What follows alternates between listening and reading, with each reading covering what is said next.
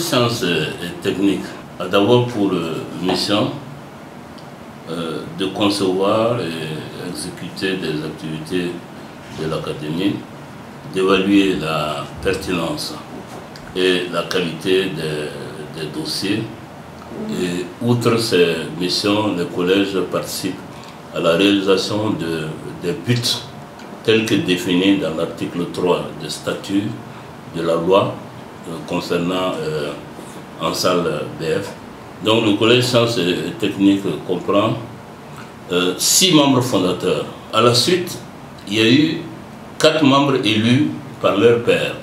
Alors, le collège compte 2 chimistes en gros, sans trop rentrer dans les détails, 2 physiciens également, et 1 astrophysicien, 4 mathématiciens et 1 informaticien.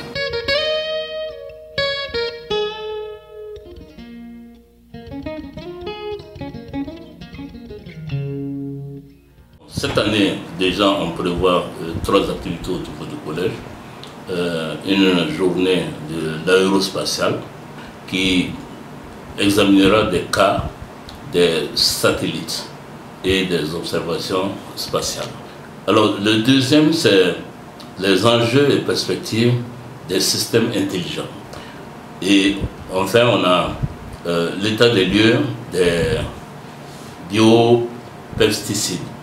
Bon, l'année dernière, on s'est retrouvé avec en particulier 2 émissions, une sur la transition énergétique et enfin on a fait des émissions mathématiques et développement. Alors il y a eu aussi femmes scientifiques. Avant tout ça, nous avons fait une conférence, la conférence de restitution des COP 21 à 25.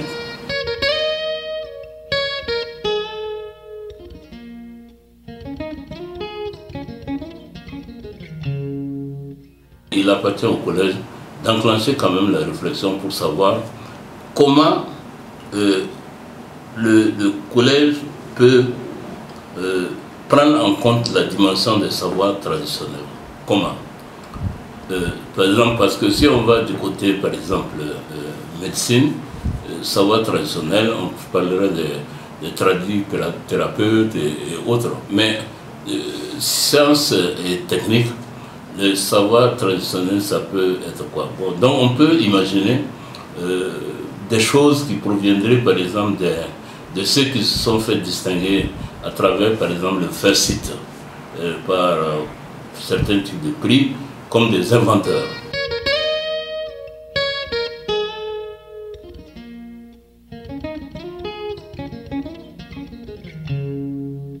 L'Académie nationale des sciences est une institution qui est véritablement utile. Mais l'institution, bien que utile, ne peut pas, certainement pas se substituer comme ça au gouvernement auquel on accorde une certaine mission. Par exemple, dans le centre de l'enseignement ou même de la recherche, nous pouvons développer une philosophie de l'enseignement, que ce soit dans le secondaire ou dans le supérieur, et aussi de la recherche, mais on ne peut pas demander immédiatement une mise en œuvre de cela, parce qu'il y a un ministère en charge de l'enseignement qui est là, qui est celui qui reçoit, on va dire, les grandes instructions donc du gouvernement. Mais si le ministère venait, par exemple, pour donner un exemple, à saisir l'académie, donc le ministère peut le faire au besoin à travers le Premier ministre, on saisit l'académie pour poser des questions bien précises. Comment vous voyez telle ou telle chose? Bon, en ce moment, on verra effectivement le rôle véritablement adéquat donc de l'académie.